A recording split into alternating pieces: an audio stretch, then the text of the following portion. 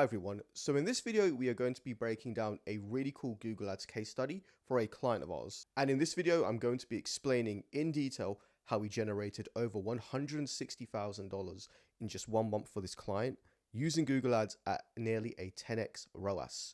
So with all of that being said, let's get straight into the video.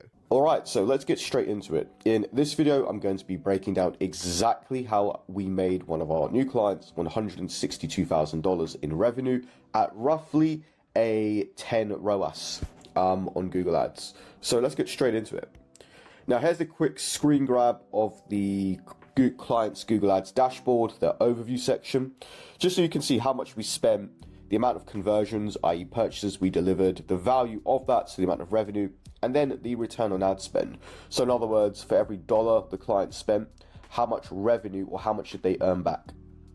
So just to break these figures down into the raw numbers, the client spent $16,456.87 in March 2025.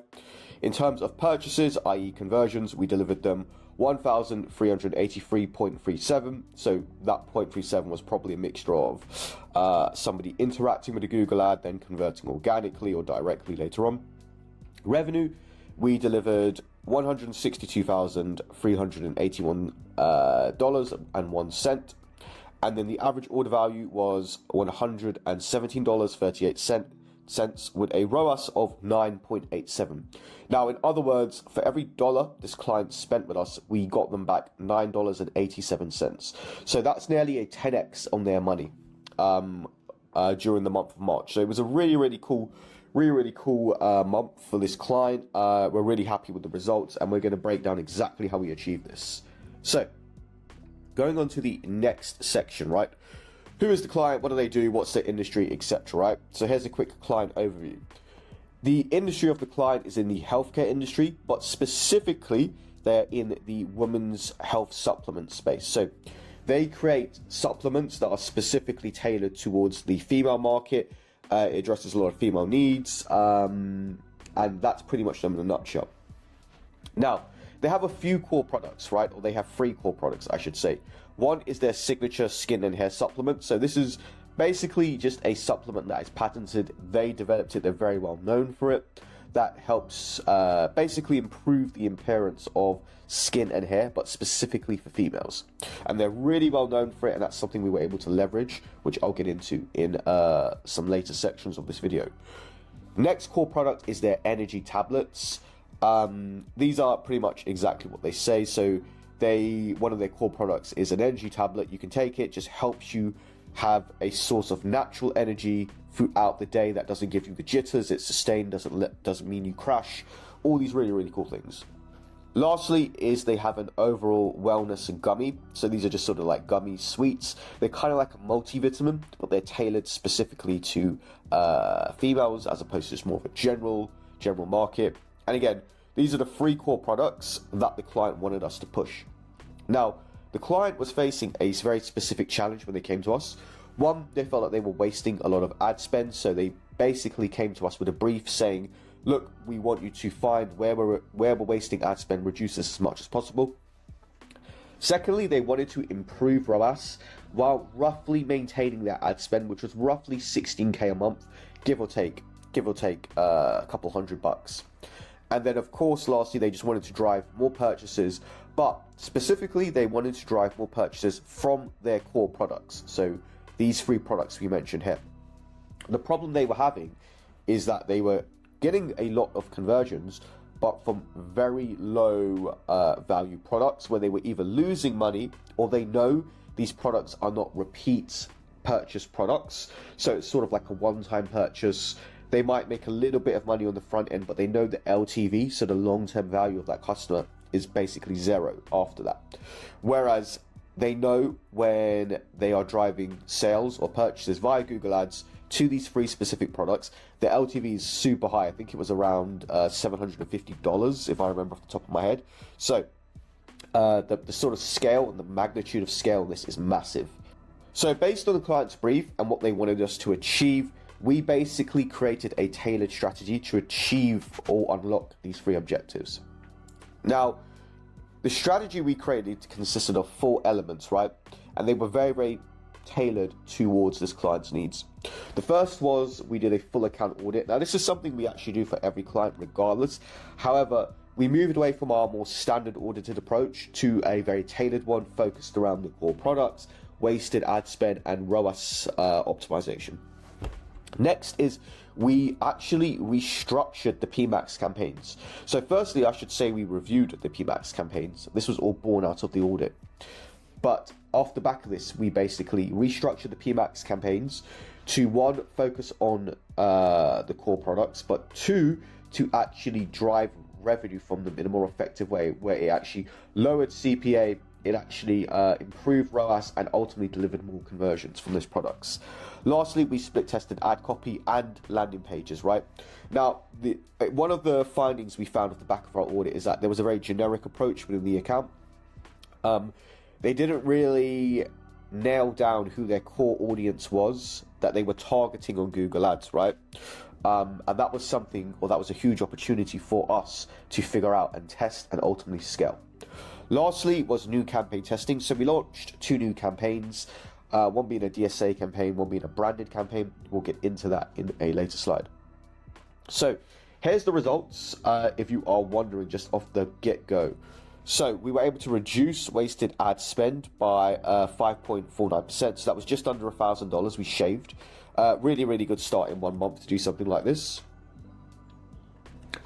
We also increased revenue by 17.9%. So just in 1 month, we were able to add nearly $25,000 of revenue to this client's Google Ads account while reducing the amount of ad spend in the account.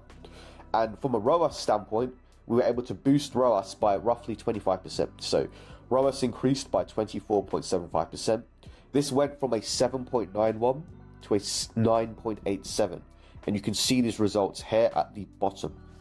So really, really, really cool results in the very first month of working with this client. Now, if we go all the way here, right? So like I said, we had a more tailored approach to auditing this client's Google Ads account because they had very, very specific needs. Now, we focused on 4 core areas, right? One was identifying the areas of wasted ad spend and where this could be reallocated or entirely cut off. Second was analyzing the targeting across all campaigns. Thirdly was finding new growth opportunities. Now, one thing that I should have actually mentioned is that this account was a very, very small account. You can see it's only 4 campaigns. 3 of which we actually added.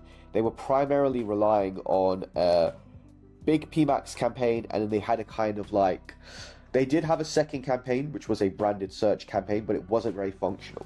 So really, in reality, they only had 1 campaign working, which was a PMAX. And again, we'll get into this. Now, fourthly, we reviewed all of the campaign structures. So those 2 campaigns I mentioned, we reviewed their structure, how they could be improved, and then ultimately this tied into the new growth opportunities as well, of what campaigns could be launched off the back of it. Now, what insights did we actually find from this, right? There was 4 things. Budget inefficiencies, campaign targeting was off, growth opportunities, there was loads. There was too much of a broad and generic structure, right? So around 80% of the budget was being allocated on one poorly structured Performance Max campaign, right? Whereas the other 20% was going to a branded campaign, which was running broad match, and the results on that were being wasted on low quality search terms. So in other words, you had 2 very generic kind of set it and forget it campaigns, which were basically just bleeding money, right? They were wasting a lot of budget by spending on really inefficient areas of the account, whether it was low performing products, really poor performing search terms, and as a result they were bleeding a lot of money from these campaigns, really unnecessarily. Now, the next part of the findings that we gathered was the campaign targeting was really off. So keyword targeting, Performance Max targeting was really broad. This included using broad match and very low quality audience signals in the PMAX campaign.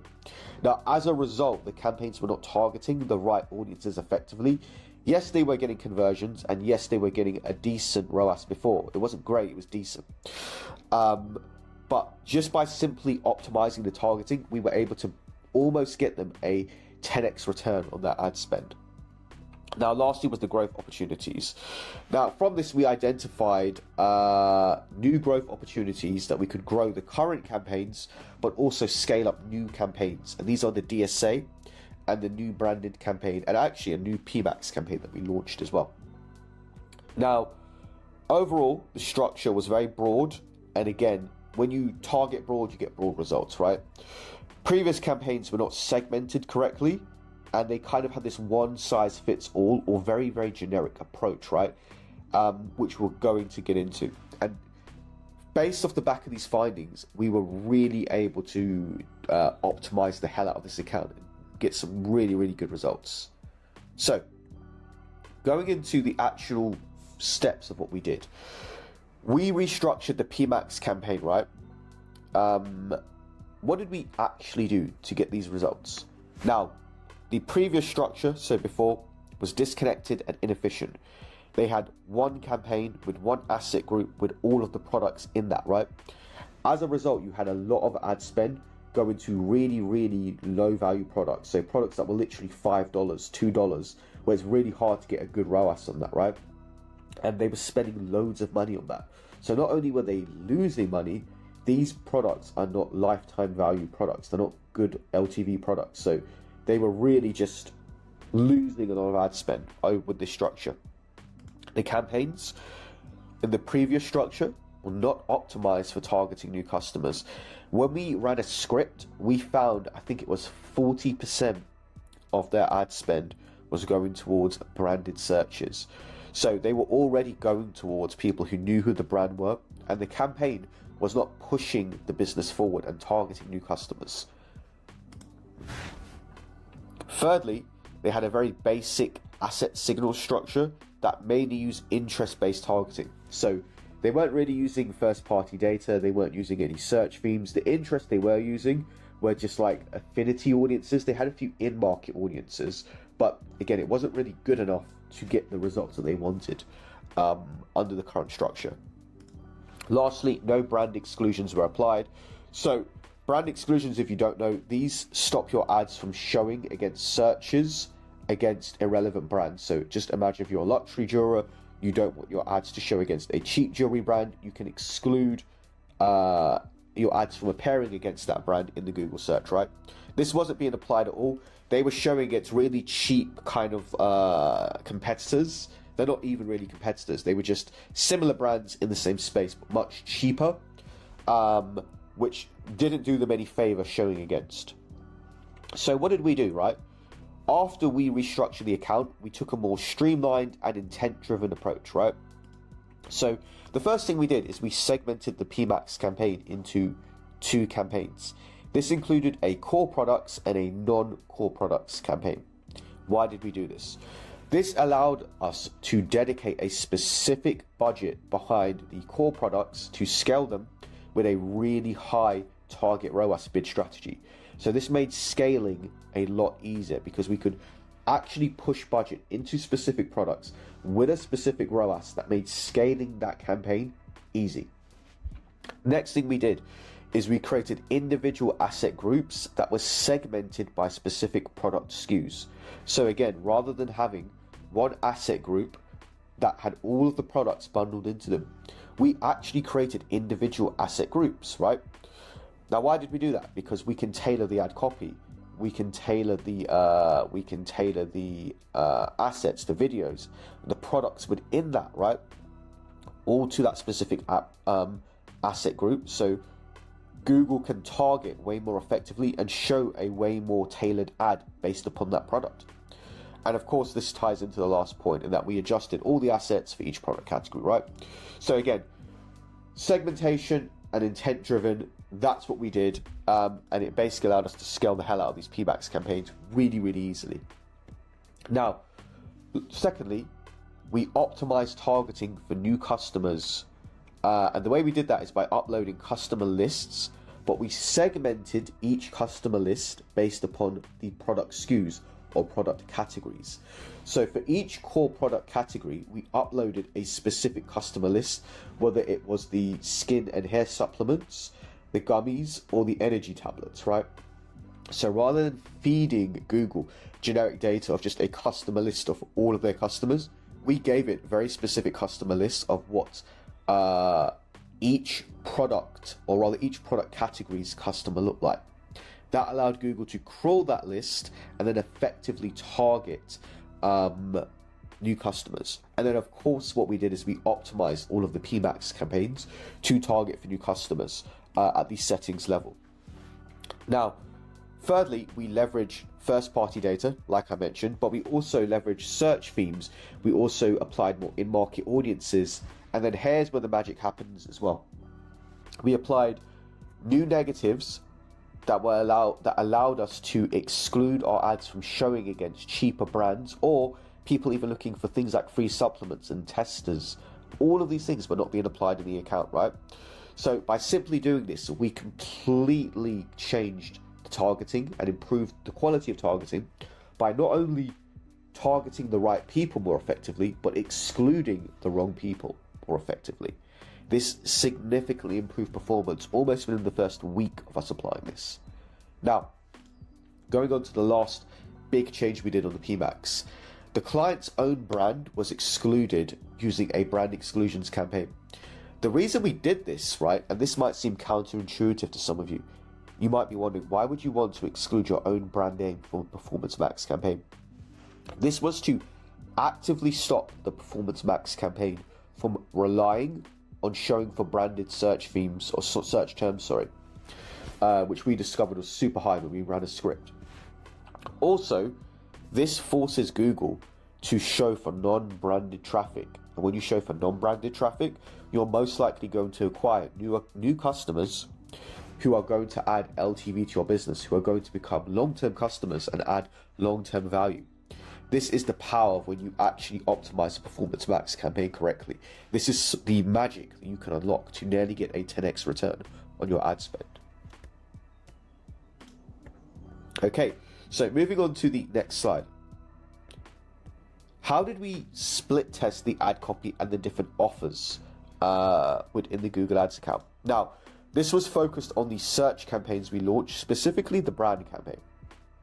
Now, what we found is that there was 4 core areas that we wanted to test, right? That we found from the search terms data, just our general audience research, competitor research, etc. What this meant is that we wanted to test 4 different, you could call it value propositions or offers, and to understand what was driving good click-through rates, so what got people to click, but 2, what then allowed them to click through with enough intent to want to purchase. So the first thing was we tested outcome-based ad copy. This focused on the ad copy and the landing page, emphasizing the positive outcomes, so it was very results-driven. Again, we had to be very careful with the ad copy used because this does fall within the healthcare space, so we can't make any definitive claims. That being said, we were able to test outcome-based ad copy while working within Google's compliance and regulations. Next, we tested emotionally focused ad copy. So again, the ad copy and the landing page copy focused on emotional triggers. So particularly things like feeling more confident, being able to go out and not feel self-conscious, all of the things which we know are relevant to this brand or this brand's customers. Thirdly, we tested a social proof aspect, and this was a really good one because this client has loads and loads of clinically backed trials. They've got loads of evidence to show the efficacy or the success or the provability of their products, right? So we had ad copy specifically focusing on this. Again, we drove this to a landing page specifically focused around this. That all it really talked about was the client's clinical trials, the evidence, the results that you're going to get from using this that's backed by X, Y, Z. Very much it ties into the outcome focused ad copy. However, we did want to split test this out to see how much of an impact using stats worked. Lastly was the luxury brand aspect. This client is more premium. Their price point is a lot higher versus a lot of their competitors. So we wanted to experiment to see if having that kind of designer luxury approach with the ad copy helped. So very much we focus on the fact this is premium. It uses the best ingredients. They're a luxury brand. They don't compromise on anything. We really wanted to test that approach as well. Now, what actually worked, right? So within the first 7 days, we found out the outcome-based and the social proof ad copy / landing pages drove significantly higher click-through rates, conversions, ROAS, and conversion rates, right? So again, two very similar buckets, if you want to call it that, outcome and social proof. They clearly did much better, I can tell you this firsthand. These ads performed very, very well. Now, based on this data, we only kept these two variants, and then we moved on to the scaling phase. So ultimately what we did is we just reallocated more budget into these search campaigns, or the branded search campaign, I should say, to drive conversions, right? Now that we figured out what type of ad copy and what type of landing pages were working. So lastly, the very, very last thing we did is we tested two new campaigns. These are the DSA and these are the branded campaign. Now, the new brand campaign, we restructured it so much, it almost qualifies as a new campaign. Like I said before, they were using all broad match keywords within their branded campaign, and they had loads of different branded keywords in there with completely varying intent. So it kind of damaged the quality of the campaign. So when we restructured it, it almost felt like a new campaign entirely. Now, the first new campaign we launched was a DSA campaign. This is a dynamic search ads campaign. Now, what this does is it crawls your it crawls your website.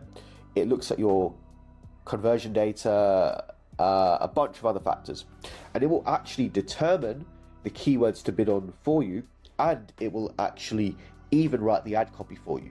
Now, this might sound scary, but I'm going to show you the exact approach we took to get this to work. So we only used the DSA campaign to capture unique searches on core products. Now, a unique search is a search that very, very rarely happens. I would almost classify it as something that gets less than 100, even 50 searches a month. And these are going to be super, super long tail keywords. So for example, best women's supplement for skin and hair that is vegan, for women over 30 years old, right? Something that specific and long tail probably only happens a couple times a month, right? But if you think about the amount of unique searches for a product like this, or for a business like this, which sells women's healthcare supplements, and you compound it, it probably goes into the thousands, if not tens of thousands. And what the DSA does, or did I should say, is it allowed us to capture those rather than us playing a guessing game and bidding on them directly. Now, the way we structured the DSA campaign, we only structured it to crawl specific landing pages on this client's website. And these were the core product landing pages, right? We didn't want it crawling everything, especially the lower price point products, or even things like the FAQ or customer service page, right? We don't want Google getting information from that. We only wanted it to crawl the core product pages and determine keywords to bid on based on those pages, right? Now, to further refine this and tailor this campaign, what did we do? We excluded any brand searches from this DSA campaign. Very similar approach to the PMAX. Why did we exclude branded searches? Because we only wanted it to target, one, these unique searches, and two, we wanted to force it to go after new customers, right? The idea with Google, or rather, if you've been working Google Ads for a while, you know it usually takes the path of least resistance. So if it can bid on branded searches, which usually convert well anyway, it will just do it. We purposely exclude this so it has to target non-branded searches on certain core products, right? And then this allowed us to, one, capture unique searches, but two, acquire new customers in the process. And lastly, this just drove conversions from unique search terms, which actually allowed us to, or rather what we're working on now with this client is building out a generic search campaign using this data, because some of these keywords, if you take the short tail format, we think we'll be able to get some really, really good results using those keywords to target. Now, secondly was the branded campaign. So how did we restructure this? What did we do in this new branded campaign? The focus was on capturing higher quality branded search terms. So like I said, they were bidding on loads and loads of branded search terms. The approach this client had was, well, if they're searching the brand name, no matter what, they must be relevant. When in reality, they were spending so much money on keywords branded keywords, but they had like a 0.2, 0.5 ROAS, or even just weren't converting. So yeah, we removed all of the low quality branded search terms. So we only had anything that was converting within this campaign, or converting at a good ROAS, I should say, within this campaign. Now, from here, we moved all of the broad match keywords to exact match. And then we paused the longer tail keywords, because what we found was long tail branded keywords, by and large, just did not convert for them, right? And then as a result, it basically just was losing the money, right? Now, by combining all of this, this is how we unlock these results for this client. I know there was a lot of information in here. Feel free to let me know if you have any questions in the comment section, and I would love to reply. But thank you very much for taking the time to watch this. I know this was a really, really long video, so I do appreciate you staying with me on it. Thank you very much, and goodbye.